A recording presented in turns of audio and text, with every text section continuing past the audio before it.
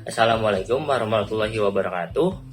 Perkenalkan, nama saya Finul Sena, dan pada kesempatan kali ini, kelompok kami yang beranggotakan saya sendiri, Raihan Aryardani, dan juga Vio Salman Kafian akan menjelaskan materi mengenai kepemimpinan.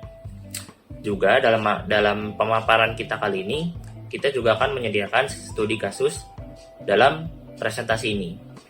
Oke, selanjutnya akan dilanjutkan oleh Vio.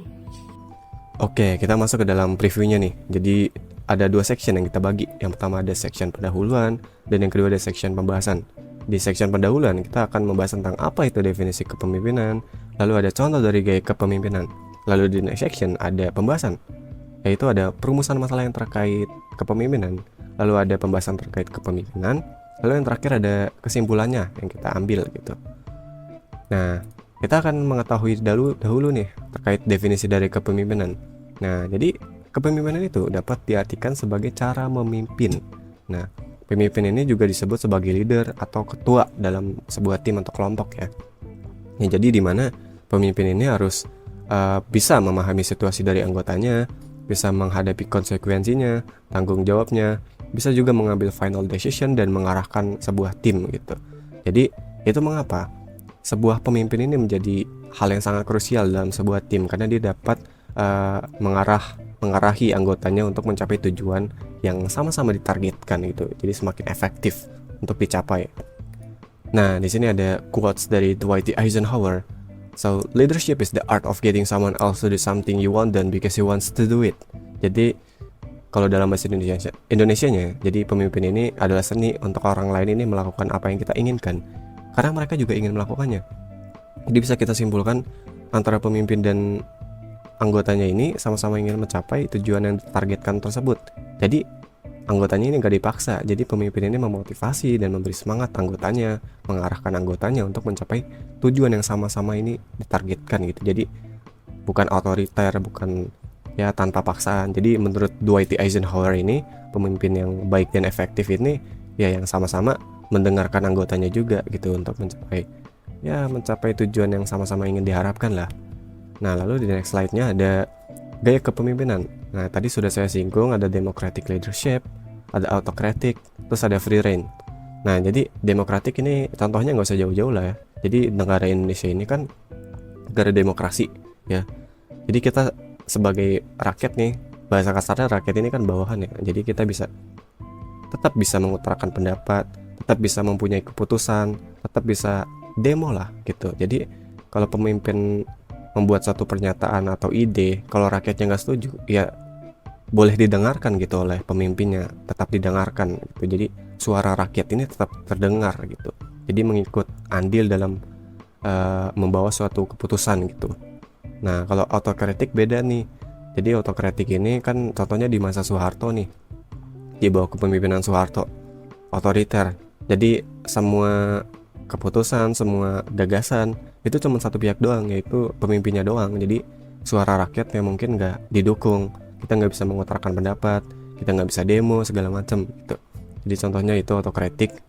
Nah, kalau ada free reign ini biasanya ada di dalam suatu perusahaan. Jadi keputusan ini boleh diambil perannya oleh bawahannya juga gitu. Jadi contohnya mungkin ada supervisor ya. Supervisor ini bisa ya mungkin dia lebih ngerti tentang pasarnya, lebih ngerti tentang taktikalnya gitu. Jadi dia bisa mengambil keputusan juga gitu. Jadi diserahkan kepada supervisornya gitu, kepada bawahannya gitu.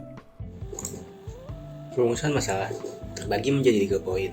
Yang pertama, apa saja faktor-faktor yang menyebabkan kurangnya kepemimpinan pada masyarakat, dunia bisnis, organisasi pada zaman sekarang, maupun individu seseorang.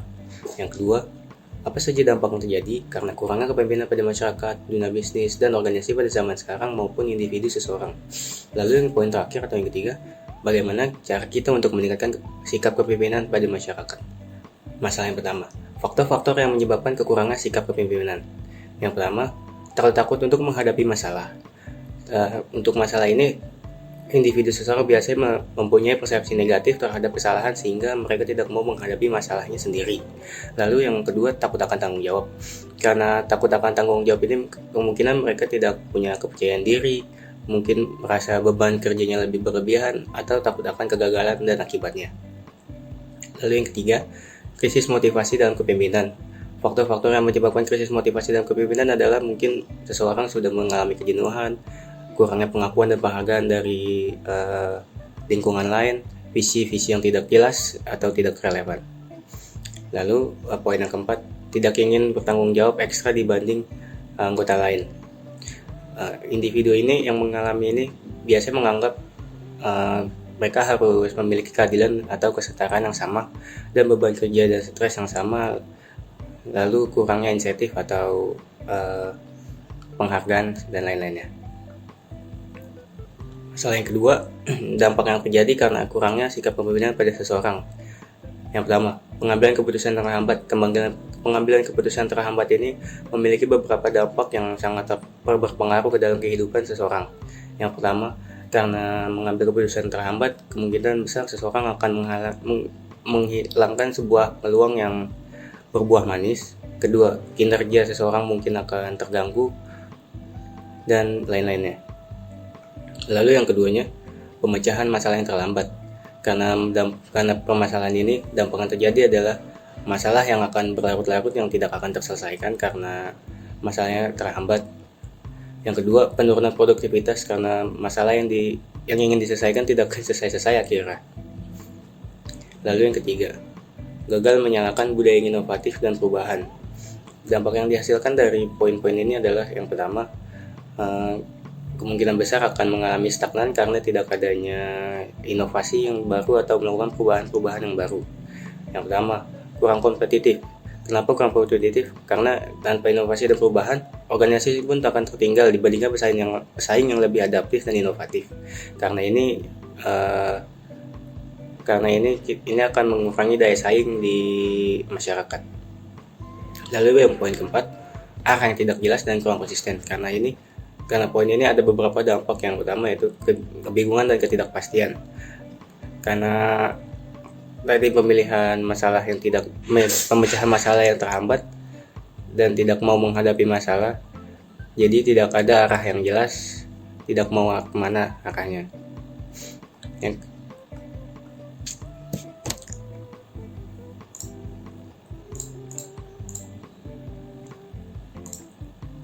Yang kelima, tidak adanya evaluasi dan keterlambatan dalam pencapaian tujuan.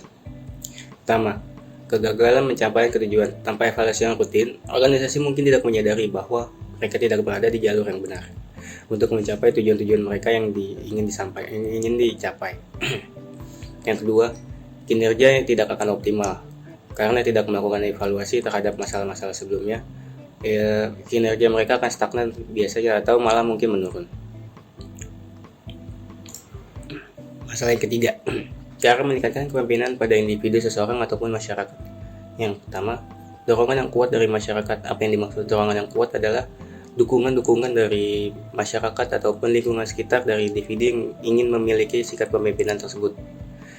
Yang kedua, komunikasi dan kolaborasi. Apa yang dimaksud komunikasi dan kolaborasi adalah seperti membangun tim untuk menjelaskan suatu masalah sehingga individu seseorang terpaksa untuk selalu komunikasi terhadap tim-tim yang lainnya.